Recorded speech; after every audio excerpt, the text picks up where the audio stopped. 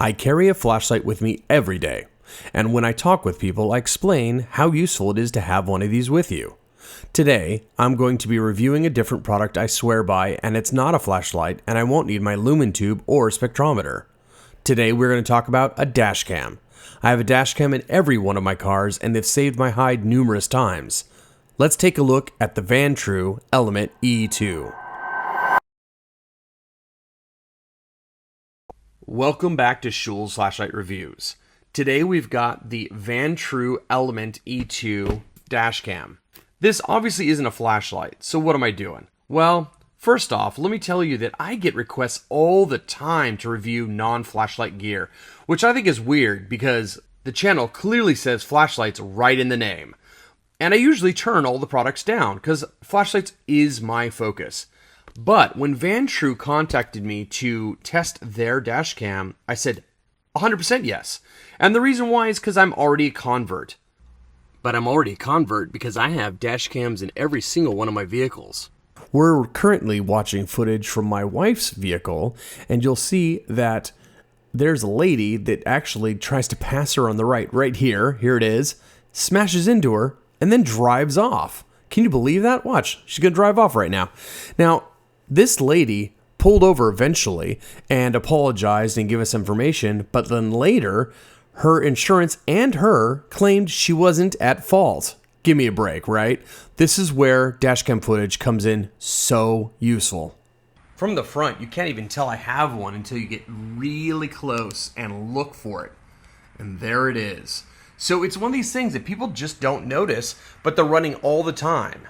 At the back of the car, I have a dash cam set up as well to get behind me. I have two, and I got one in the back so I can get the rear view. And when I open up the hatch, you can see it right there. Now, notice that my back window is tinted, and it's really, really dirty, and yet I still get a clean picture. Turns out that dirt like this right in front of the lens has a minor effect on how sharp the image is.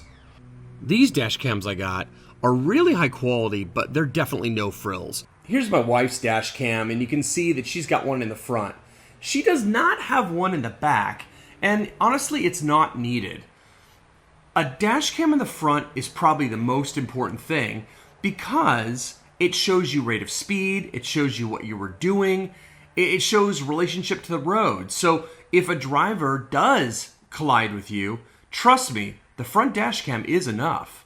But when I installed mine, I did install one in the front and the back just to get a full 360-degree view of what was going on in case of an accident or emergency. But this VanTrue Element 2 has got you covered because it is a primary camera up front and a secondary camera in the back that communicate together to act like two cameras and give you 360-degree views. You may have noticed I haven't even opened the box yet, but that's what we're going to do. I'm going to take this out, install it, replace my old ones, go through the menus really quickly, and show you how it works. VanTrue is one of the top companies in the dashcam industry, and I've long wanted one of their dashcams, but I just really wasn't willing to spend the money because back when I was looking, this is several years ago, they were quite expensive. But the price has come down a ton. And also, I should point out right now that there's links in my video description on how to get one of these. The links are Amazon, so if you have Prime, you can use that as a no-risk trial. When VanTrue sent me this dash cam for review, I immediately ordered these two accessories on my own. This one is a polarizer, and what it does is it knocks down glare from your windshields. Now, this is called a Hardwire kit. Now, there's many ways to go about this, but a Hardwire kit is my favorite way to do it. Basically, it's a USB cable that plugs into the dash cam, and then you wire it into your fuse box. Here I am at the fuse box of my car, and you can see that I already have a dash kit installed for my current dash cam. I just opened up the dash cam hardware kit, and inside is the kit cable, and it's a very long cable because it has to run from your fuse box along your door jamb all the way to where your dash cam is. Now, these are fuse taps. What these do is these allow you to replace a fuse with this cable, then piggyback the fuse into it to feed power to this cable. So this allows you to non-destructively plug this cable into your car to provide your dash cam with 24/7 power. All right, I just broke the seal on the box, and I'm going to go ahead and lift the top off here, one-handed. And you'll see that inside the kit here, we've got ourselves a primary front camera, and we have a special cord to go from the front camera to the rear camera for that 360-degree view I was talking about. So you get two cameras. However, the power source, which is included in this box, is a cigarette lighter adapter. Now, that's fine. So you don't need this kit. But trust me, you want this kit. This thing is going to be just dangling all the time and sticking out of your cigarette adapter, or I guess they call them accessory adapters these days. No one smokes cigarettes, right? But the thing is this is so much nicer. So I'll show you after it's installed why this is better.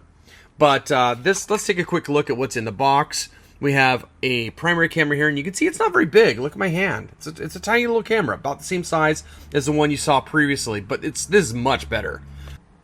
I got the kit all opened up here, and inside there's some nice foam with the main camera, and this little guy, I didn't know what this was at first.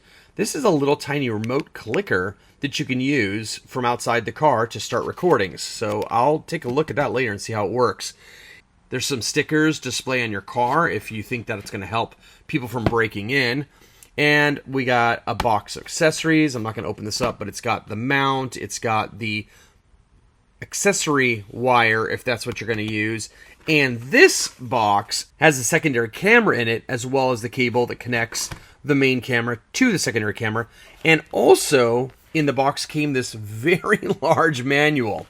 And inside the manual, let's go to the first couple pages here.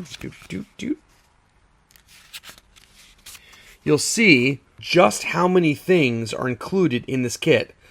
I'm telling you, this is a really premium setup. Well, without further ado, I'm going to rip my old dash cam out, put this one in, and then we're going to go over its features. This part of the video, I'm not going to go into too much detail, but I'm just going to let you know that to install the dash cam on the back, and this is the old one I'm removing, you're going to want to wire it up through the headliner, at least if you want a clean install. So you're going to have to pull all this plastic down, and there's these little yellow or sometimes white little clips, and they break. So sometimes you want to get extras from the auto parts store or your dealer so that you can just replace them out if they break. But you're going to want to run the cable from the fuse box up through this grommet. Now, this obviously depends on which car you have. I have a hatchback, so I got something completely different than some people have. So I'm not going to go into detail. I'm just going to let you know that there's some installation if you want to hide the cord. Even though I'm not going to use a cigarette adapter, accessory adapter plug that you see here, I have it plugged in temporarily, and I've plugged it into the port on top of the main camera that's labeled rear/power. So I did that just to make sure the unit works before I installed it. Here's another tip. When you go to figure out where the front dash cam should go, don't forget to leave space on the side at the top here for where the power cord will come out the side. I did not. I stuck it too close to my rearview mirror pillar here, so I had to pull it off, and you can see that the little sticky is all like pulled up. But good news. One is they gave you extra sticky, so there's another little sticky pad in the box. And also I'm noticing the sticky is really awesome because it holds super well, but it's not impossible to peel off. My last camera, I had to use a heat gun to remove it. So this is a really good sticky. It's just sticky enough, but not too sticky, if you know what I mean. So now with the new VHB, new vertical hold bond pad installed, I'm going to relocate it further away from the panel here to accommodate this extra space for this cable out the side. It'll go about right there. Okay, so I got it in place where I want it. Now, a couple tips about installing that. First off, you do want it on the driver's side, because my last one I had on the passenger side, thinking it's out of my way of my view. But honestly, if you put it in the right spot, when your rearview mirror comes up like this, you shouldn't see it at all. See, it's not obscuring my view at all. But the other thing too is, if you look, The way that this comes out this side, it's really designed to kind of then feed up this pillar. So I would put it on the driver's side view. And another reason too is when you go to interact with the camera, if you ever want to see the footage you caught, it's nice to not have to go to the passenger side to look at it. You can look at it on the screen right here from the driver's side as long as you pull the review out of the way. When it first comes on, you're going to see options that you go through, and notice that this is not a touch screen. So these are called soft keys, and when you want to select something, let's say you select up or down, you press the buttons that correspond below it. So I'm going to flip through here, find where I live, and then I'm going to hit OK, which is on the bottom, corresponding to the OK. Another thing I wanted to point out was you can see that I've installed both wires. The wire for the main dash cam and this extra wire over here is the one that goes all the way to the back for the rear dash cam, which is a really cool thing because if you've got one main dash cam that's counting for both of them, you only have to use one SD card. And that's just a nice thing because you need a special SD card. We'll talk about that later. But anyways, I ran the cords through the pillars here, all the way through the pillars. You can see that I'm still installing it in the side here to get it into the fuse box where mine is. But what I wanted to point out was that the rear dash cam cable is running all the way through inside the car. And I'm going to come out over here. I wanted to point out, look at this. Look how much extra I have. Look at this, all the way. Look at that. That is a lot extra. And I just want to point that out because the last dash cam kit I had for the last brand I had to actually cut the cable and splice in some really cheesy wires to get to go all the way back, and I wasn't happy with that. This one's got a really nice long kit. That kit was extra, but you know, just get it. It's awesome. Here's a little installation trick. I had the old cable already run through this grommet and through here, and it's a pain in the butt to get it through there the first time. But what I did was I took the new cable and I taped it to the old one before I removed it.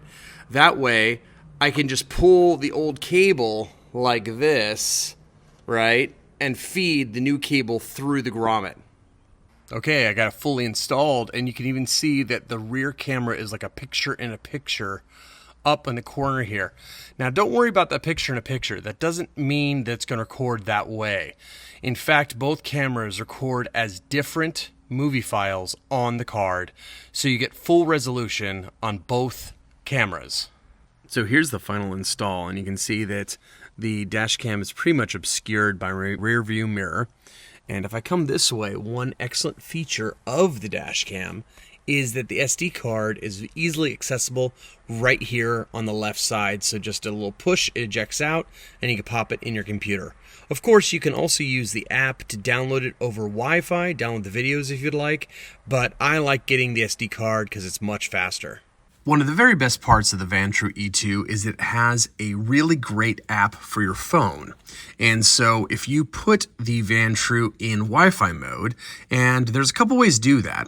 Let me point out really quickly that you can do it by simply speaking voice commands, and that this VanTrue actually listens to a bunch of voice commands if you have it turned on. For example, let me say, turn on Wi-Fi. You can see that it just responded to my voice, and now the Wi-Fi is on. So if I go into the app here, and then let me go through this and connect to my device. I've already connected it once, so it's going to log into my Wi-Fi network, which there was a password that I've set. And you can see that it's now connecting. And once I'm in this app, not only can I monitor what's going on with the two cameras, let me turn it this way. You can see that there is the same kind of view that you'd have on the screen. And also you can switch viewpoints, so I can switch which one's the picture in a picture, or just see the front camera only, or the back camera only. But additionally, there's these options if you press the little gear up here. And let's take a look at those better right now. So now that we're in the app, we're going to press that gear in the top corner, and this takes us to our camera settings. And here you can see that there's a variety of very just intricate settings, like the exposure I just went through. We can go into parking mode, where there's 4 different types of parking modes. I'm on collision right now, and 1 through 5 determines how sensitive the G-Shock sensor is. So 3 would be medium, 5 would be the most, 1 would be the least. Now, if you're in parking mode and you're on collision, it's going to wait for that G-Shock to record. But on motion detection, it is literally just scanning the whole time and looking for somebody passing through the field of view. Features like formatting the SD card is just so much easier through the app that I exclusively control this dash cam through the app rather than using the little buttons and menus on the dash cam itself. And I think this is a huge strength for this dash cam over competitors that do not have app control, or at least don't have good app control. Here's a recording of the dash cam in use at night, and you can see that there's a GPS, so it says 0 miles per hour at the bottom there. You can see I have latitude, longitude, time of day, the date, so all the pertinent information that would be needed in a crash. And as I said, I'm actually recording this straight on my phone. So here you can see that I have exited that full screen mode, and you see I've gone back into it. So this was literally me just recording straight on my iPhone with the app connected to the device. But remember that this is recording high resolution files as separate streams, both front and back, to the SD card as well. Another great feature of the VanTrue E2 is that the firmware is continually being updated. You can see here on their website that there's been a new release of firmware every couple months. All you do is download it, throw it on the micro SD right on the root folder of your card, and then stick it in the unit. Notice that one of these last updates actually change the Wi-Fi behavior so that it can be always on or time out after a certain amount of time. So if you like to have your phone always connected, that's now possible. I'm going to leave you with footage of the actual camera recordings without the polarizing filter installed. You can see there's kind of a reflection of my dash, and that's what the polarizing filter would knock down. I'm going to make a left turn here. We'll switch to the rear camera and turn the dash cam audio on so you can hear it. Okay. That little tiny one is horrible. Okay. You don't want the little tiny horrible one. That audio you just heard can be disabled, but I highly recommend you leave it enabled. Not only for the fact that if a collision occurs, you get extra evidence, but also because you'll notice that passing cars, you can't really read their license plates on the video. The video is very high quality, but the degrees of angle are so large and license plates appear so small that a good tip is to actually read the license plate out aloud with your mouth so that it's recorded on the audio track for later. I've been using this dash cam for several months now. Here I'm logged into my Amazon. You can see I purchased it on September 28th, and I've been using it ever since. And it is a strong upgrade from my old dash cam system and a strong recommend to you. I want to point out 2 last things that you might not know, and that is this dash cam does use a super capacitor. It says right there. And that's important because some dash cams are going to use a lithium-ion battery to prevent the recording of the file from being corrupt when a collision occurs and the electrical is cut to the dash cam. Now, that's one way to do it, but a supercapacitor is a much better way to do it because dash cams get hot and lithium-ion batteries hate heat. So this is a good one that uses a capacitor. It doesn't come with an SD card. That's another thing I want to point out. So make sure you get one, but when you search for an SD card, find an Endurance dash cam specific SD card. Not all SD cards are created equally, and just standard SD cards you might find online that are not designed for dash cams will wear out much faster because of the way dash cams work. At the time of this review, you can see the dash cam's just a little over $200. It's got nearly 5 stars for good reason. And check this out, Prime overnight and a $30 coupon if you check the little box here. So make sure you take advantage of all that. To get this dual dash cam setup for under $200, it's a steal. But as I said, I highly recommend the installation kit, the Dashcam wired kit, as well as the polarizing filter, which I did not show in the video, but it does make a difference. All right, guys, thanks for this non-flashlight review. I'm so glad that you made it all the way to the end, and I'll see you in the next video.